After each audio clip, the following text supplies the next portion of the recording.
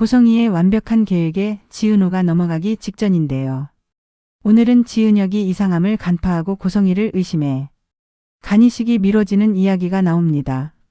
그럼 구독과 좋아요 눌러주시고 오늘의 이야기 시작합니다. 엄마라고 불러줄래? 그 한마디가 진짜로는 누군가의 생명을 갈라 나눠야 한다는 뜻일지도 모른다는 걸 지은호는 너무 늦게 눈치챘습니다. 고성희는 서두르지 않았는데요. 고성희는 지은호에게 우리 천천히 익숙해지자라고 말하면서도 병원 예약은 빠르게 잡았습니다. 이유는 그럴듯했어요. 유전자 일치가 나왔으니 정밀 검사도 해보자.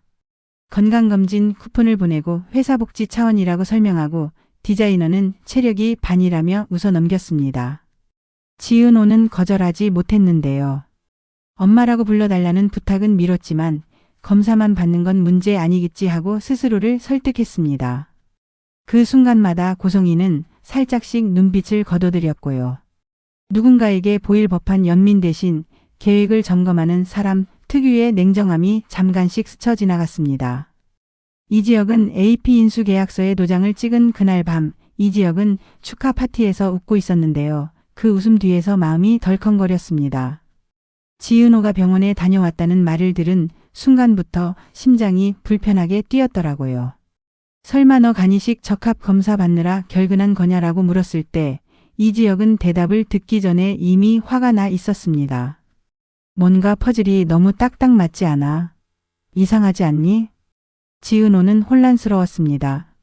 지은호는 이지혁을 선배로 존중했고 동업자로 믿었고 남자로는 경계했는데요. 여전히 그 사람이 마음 한구석을 차지하고 있는 것도 부정하지 못했습니다. 엄마라고 한 번만 불러주겠니? 그 말은 따뜻한 모양을 하고 있었는데요. 지은호는 그 말 속에서 알 수 없는 차가움을 느꼈습니다. 고성희는 치밀했습니다. 고성희는 눈물의 순서를 알고 있는 사람이었고 동정심의 사용법을 익힌 사람이었는데요. 지은호 앞에서 왜 보고 있어도 그리운 느낌이지라고 말한 그 목소리 다음 페이지에 별도로 작성해둔 동의서 양식과 일정표가 붙어 있었습니다. 고성희는 이식팀 코디네이터와 통화하면서 아이가 검사에 동의했다고요. 네, 아이가요라고 강조했는데요. 통화를 끊고 나면 다시 어머니의 얼굴로 돌아와 나는 늦게서야 딸을 찾았는데 웃을 시간이 자꾸 모자라네라고 말했더라고요. 고성희의 아들 한우진은 조용했습니다. 한우진은 자신이 환자라는 사실에 익숙해진 사람이었고 그래서 더 무표정해졌는데요. 어느 순간 한우진은 이런 말을 했습니다.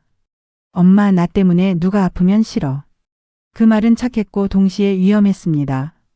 고성희는 그 말에 너 때문에 아픈 게 아니라 너 덕분에 우리가 가족이 되는 거야 라고 답했는데요. 그 답은 논리의 모양을 하고 있었지만 실은 욕망의 문장이었고 욕망은 늘 명사보다 동사가 많았습니다. 그 시각 박성재는 곤란했습니다. 박성재는 지은호를 챙겨왔고 지은호를 보면 마음이 흔들렸는데요. 박성재는 뒤늦게 깨달았습니다.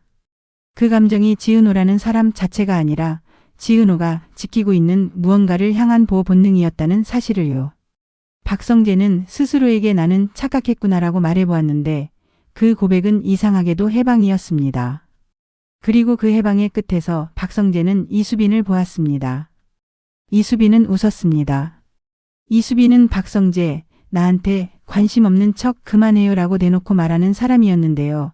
그 말투가 가볍게 들리는 날은 단 하루도 없었습니다. 이수빈은 밝고 당돌했고 손해를 보지 않겠다는 태도를 숨기지 않았는데요. 그 솔직함이 자꾸만 박성재의 고개를 돌리게 했습니다. 문제는 박성재가 한 번 이혼했다는 사실이었고 그 사실이 박성재의 발목을 붙잡는 방식이었는데요. 박성재는 자신을 밀어내는데 능숙했습니다. 박성재는 이수빈 너 좋은 애야. 그런데 나는 한 번 망가뜨려 본 사람이다 라고 말했습니다. 그러자 이수빈은 웃음을 거두고 정면으로 대답했습니다. 그러니까요. 한 번 망가져본 사람이 더 조심하더라고요. 난 그게 좋아요. 이수빈은 물러서지 않았고 그게 이수빈의 방식이었는데요. 그 방식은 누군가에게는 무모했고 박성재에게는 구원이었습니다. 한편 정순이는 고요하게 무너지고 있었습니다. 정순이는 지은호를 키웠고 지은호의 어깨를 토닥이며 살았는데요. 끝내 말 안 하는 것 좀 봐라고 혼잣말을 하다가 울컥했습니다. 정순이는 모른 척하고 싶은 마음과 꼭 알겠다는 마음 사이에서 흔들렸고 그 사이로 들어오는 이름들이 있었습니다. 고성희, 한우진, 적합검사. 그 이름들은 낯설고 동시에 불길했는데요. 정순이는 마지막 줄에 이런 메모를 남겼습니다. 은호가 원하는 건 가족이지 헌신이 아니다. 그 메모는 어머니의 직감이었고 직감은 종종 사실보다 빠르게 도착했습니다. AP 인수 후폭풍은 예상보다 빨랐습니다. 이지혁은 계약을 따냈고 이지혁은 회장의 진짜 속마음을 들었는데요. 확인이 필요했다. 끝장을 볼 놈인가라는 말이 귀에 남았습니다. 이지혁은 끝장을 보는 사람이고 싶었습니다. 그 배움은 느리게 오고 대가는 비싸더라고요. 그 무렵 박영란은 이상함을 발견했습니다. 박영란은 위치 추적 앱에서 구리 쪽에 멈춘 차를 보았고 그 차가 엄마 고성희의 것이란 걸 확인했는데요. 박영란은 어딘가 낯선 동선에 주저앉는 느낌이 들었습니다. 박영란은 조용히 오빠 박성재에게 말을 걸었습니다. 오빠, 엄마가 목련의 날에 왜 구리에 있었을까? 박성재는 대수롭지 않게 넘기려다가 한 박자 늦게 물었습니다. 거기 병원 있나? 그 질문은 가벼워 보였지만 질문의 목적지는 하나였습니다. 간이식 센터. 첫 번째 심리적 클라이맥스는 병원에서 시작됐습니다. 지은호는 적합 검사 결과를 기다리고 있었고 고성희는 지은호의 손을 잡고 있었습니다. 검사가 끝난 날 밤 고성희는 결과가 좋대라고 말했습니다. 좋다는 단어가 이상했는데요. 누군가에겐 적합이 좋을 수 있었고 다른 누군가에겐 그게 위험일 수 있었습니다. 이지혁은 그 대화를 멀찍이서 듣고 있었고 이지혁은 참지 못하고 말했습니다. 정말 우연인지 아닌지 확인해봤냐? 고성희는 웃으면서 되물었습니다. 이 대표님, 어른들 일에 너무 예민하면 소문나요. 그 말에 이지혁은 더 차분해졌는데요. 차분함은 때로 분노의 다른 이름이었습니다. 이지혁은 조용히 나가며 이렇게 덧붙였습니다. 소문이 아니라 진실이요. 두 번째 클라이맥스는 문서 한 장에서 터졌습니다. 박영란은 엄마의 책상에서 동의서 복사본을 발견했는데요. 기증자 교육고지에 체크가 되어 있었고 자가의사라는 네 글자가 누군가의 펜으로 더 진하게 덧칠돼 있었습니다. 박영란은 서명란의 필체가 익숙하다는 걸 눈치챘고 같은 날 엄마의 다이어리에서 연습한 흔적을 보았습니다. 동그라미, 세모 이름을 반복해서 쓴 페이지가 있었고 그 페이지의 마지막 줄에는 유라라는 이름이 남아 있었습니다. 한유라. 지은호의 옛 이름. 박영란은 손이 떨렸는데요. 그 떨림은 공포가 아니라 배신의 떨림이었습니다. 박영란은 바로 박성재에게 달려갔고 박성재는 그 종이를 보고 단숨에 결론을 내리지 않았습니다. 박성재는 오랜 시간 배운 것이 있었습니다. 결론은 느리게 내릴수록 오래 버틴다는 것을요. 그래서 박성재는 증거를 차근차근 모으자고 했고 그 과정에서 이수빈이 함께했습니다. 이수빈은 놀라울 만큼 침착했습니다. 오빠, 이건 어른들의 권력 다툼 같은 게 아니고요. 누군가의 신체에 대한 의사결정이잖아요. 확실하게 해야 돼요. 그 사이 지은호는 흔들렸습니다. 지은호는 친엄마를 찾았다는 감격과 친엄마가 필요로 하는 수술이라는 현실 사이에서 오락가락했는데요. 그 오락가락은 이기심이 아니었고 오히려 책임감의 연장선이었습니다. 지은호는 이렇게 말했습니다. 이왕 찾았는데 외면할 수 있을까요? 그러자 이지혁은 짧게 답했습니다. 외면이 아니라 판단이야. 이지혁은 자신의 말투가 차갑게 들릴 것을 알면서도 멈추지 못했습니다. 왜냐하면 이지혁은 숫자와 리스크를 보는 사람이라 사람의 몸에도 위험 관리라는 게 있다는 걸 믿고 있었거든요. 세 번째 클라이맥스는 가족이 모인 자리에서 터졌습니다. 이상철은 말수가 많은 사람이 아니었고 정직한 방식으로만 세상을 살아온 사람이었는데요. 이상철은 그날 유난히 긴 문장을 꺼냈습니다. 은호야, 내가 우리 집에 온 날을 나는 잊지 못한다. 우린 너를 데려온 게 아니라 내가 우리에게 온 거다. 김다정은 조용히 고개를 끄덕였고 조옥래 할머니는 손주들 이름을 하나씩 불러보았는데요. 마지막에 은호야, 너는 우리 집의 딸이다라고 말했습니다. 그 말은 사실이었고 동시에 선택이었습니다. 가족은 종종 그런 식으로 만들어졌습니다. 피보다 오래가는 선택으로요. 고성희는 더 서둘렀습니다. 이식 대기 리스트와 예약표, 검사 수치와 수술 가능 날짜. 고성이는 모든 페이지를 묶어들고 병원장과 스폰서의 이름을 오고 갔는데요. 그 리스트는 서류상 깨끗해 보였고 그래서 더 의심스러웠습니다. 이지혁은 AP 인수 후 첫 운영회의에서 갑자기 한 슬라이드를 넘겼습니다. 슬라이드에는 한 줄이 적혀 있었는데요. 리스크는 숫자보다 관계에서 커진다. 그 문장은 회의용이 아니었습니다. 사실 그건 지은호에게 보내는 문장이었거든요. 동시에 박성재와 이수빈 사이의 거리는 줄어들었습니다. 박성재는 밀어냈고 이수빈은 다가갔고 결국 둘은 같은 지점에 섰는데요. 그 지점은 솔직함이었습니다. 어느 밤 박성재는 이렇게 말했습니다. 수빈아, 나는 무서워. 내가 너한테 실수할까봐. 이수빈은 고개를 끄덕이며 답했습니다. 무서우면 같이 천천히 가요. 난 빨리 가자는 말 한 적 없어요. 그 대화는 짧았지만 둘 사이를 지키는 약속이 되었고 그 약속은 나중에 큰 폭풍을 버티게 해주는 기둥이 되었습니다. 네 번째 클라이맥스는 뜻밖의 통화에서 왔습니다. 지은호에게 전화가 걸려왔고 전화 속 목소리는 낯설었는데요. 혹시 남동생 찾는 거 아직 포기 안 하셨죠? 라는 말이 들렸습니다. 지은호는 숨을 멈췄고 정보가 조금 있는데 만나서 이야기하죠라는 제안을 받았습니다. 그 목소리는 자신을 간병인이라고 소개했고 오래전 부산 쪽 병원에서 본 기록을 언급했는데요. 통화는 중간에 끊어졌습니다. 지은호는 바로 고성희에게 말하려다가 멈췄습니다. 왜냐하면 고성희의 얼굴에서 보았던 이상한 차가움이 이 주제에 관해선 더 차갑게 굳을 거라는 걸 예상했기 때문이었습니다. 지은호는 대신 이지혁에게 말했습니다. 선배, 나 오빠 아니 선배한테만 말할게요. 이지혁은 말끝에 망설임을 듣고 더 조심히 대답했습니다. 좋아. 같이 확인하자. 다섯 번째 클라이맥스는 증거가 모였을 때 발생했습니다. 박영나가 찾아낸 동의서 필체 문제, 박성재가 병원 코디네이터에게서 얻어낸 일정의 비정상적 속도, 이수빈이 확보한 목련회와 병원 스폰서 간 후원 기록. 세 조각이 한자리에 놓였고 그 조각들은 서로를 설명했습니다. 세 사람은 지은호를 불러 사실을 공유하려고 했는데요. 그 순간 고성희에게서 메시지가 왔습니다. 은호야, 내일 오전에 의사 선생님이 잠깐 보자신대. 그냥 상담이야. 엄마랑 같이 가자. 엄마라는 호칭이 다시 등장했습니다.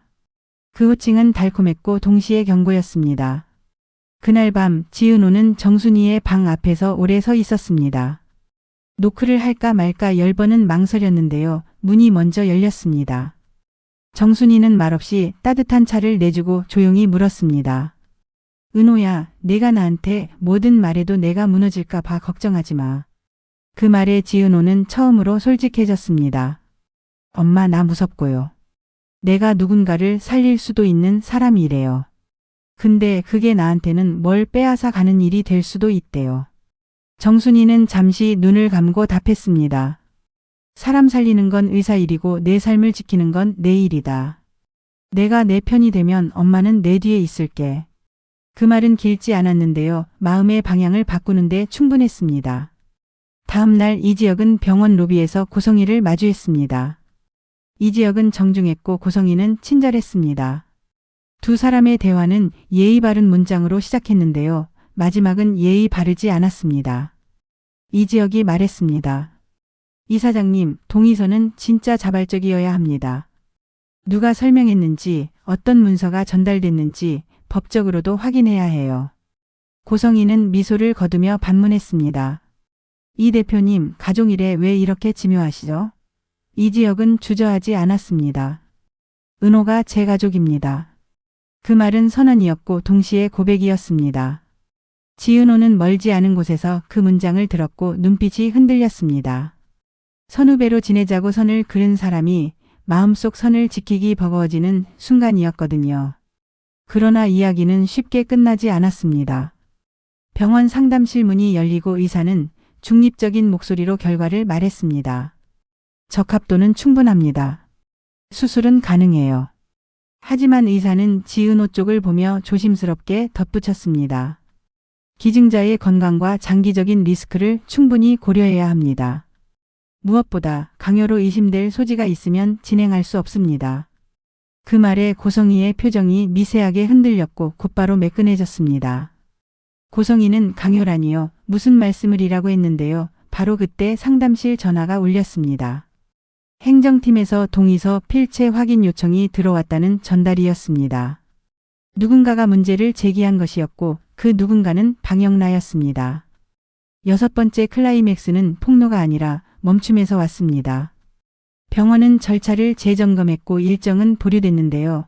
고성희는 표정 하나 바꾸지 않고 나와서 지은호에게 말했습니다.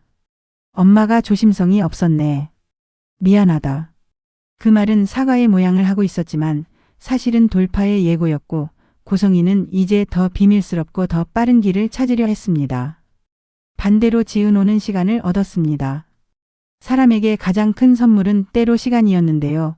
지은호는 그 시간을 들고 자신에게 돌아왔습니다. 그날 저녁 박성재는 이수빈과 강가를 걸었습니다. 박성재는 여전히 자신을 의심했고 이수빈은 여전히 확신했습니다. 성재 씨, 나는요. 상대가 내 마음을 못 믿으면 더 크게 보여줄 줄 알아요. 근데 그건 자존심 싸움이 아니라 믿음 싸움이에요. 그러니까 내가 기다릴 수 있다는 걸 믿어줘요. 박성재는 고개를 끄덕였고 처음으로 함께 천천히라는 말이 자신에게도 가능하다는 걸 믿어보았습니다. 그 믿음은 작았고 그래서 더 단단했습니다. 이야기는 아직 끝나지 않았습니다. 마지막 장면에서 아니 마지막 마음에서 전화 한 통이 또 왔습니다. 지은호에게 연락했던 그 간병인이 두 번째로 전화를 걸어왔고 이번에는 구체적인 장소를 말했습니다. 부산 근처 작은 요양원이에요. 그때 그 아이가 오빠가 아마 여기 기록에. 통화는 또 끊겼고 그 끊김은 의도 같았습니다. 이지혁은 즉시 차 키를 들었고 같이 가자라고 말했습니다. 지은호는 고개를 끄덕였습니다. 그리고 나서 조용히 덧붙였습니다. 선배, 나 아직 선후배로 지내자고 했던 말 거두진 못하겠어요. 근데 오늘은 선배가 아니라 지역으로 같이 가요. 그 말은 아주 작은 변화였는데요. 작은 변화가 큰 결말을 데려오는 경우가 있습니다. 고성희는 더 치밀해질 것이고 한우진은 더 조용해질 것이고 병원은 더 까다로워질 것입니다. 박성재는 더 솔직해질 것이고 이수빈은 더 곁에 설 것입니다. 이상철과 김다정은 원래의 방식으로 지켜볼 것이고 조응래와 김장수는 오래된 어른의 언어로 등을 떠밀 것입니다. 그리고 지은호는 자신의 몸과 마음, 자신의 이름과 가족을 스스로 선택하는 사람이 될 것입니다. 그러니까 처음의 경고는 사실이 아니라 예고였고요. 이제부터의 이야기는 누가 누구의 피를 나눌 수 있느냐가 아니라 누가 누구의 삶을 함께 나눌 수 있느냐로 바뀌게 될 겁니다. 그리고 그 질문 앞에서 이지혁은 계산을 멈출 것이고 지은호는 미루던 결정을 꺼내들 것이고 고성희는 최초의 거짓말과 마주 설 것입니다. 모든 사람의 다음 문장은 아직 비어 있는데요. 한 가지는 분명합니다. 끝장을 보는 사람은 이제 숫자가 아니라 관계에서, 소문이 아니라 진실에서, 입찰이 아니라 선택에서 끝장을 보게 될 거라는 사실이요.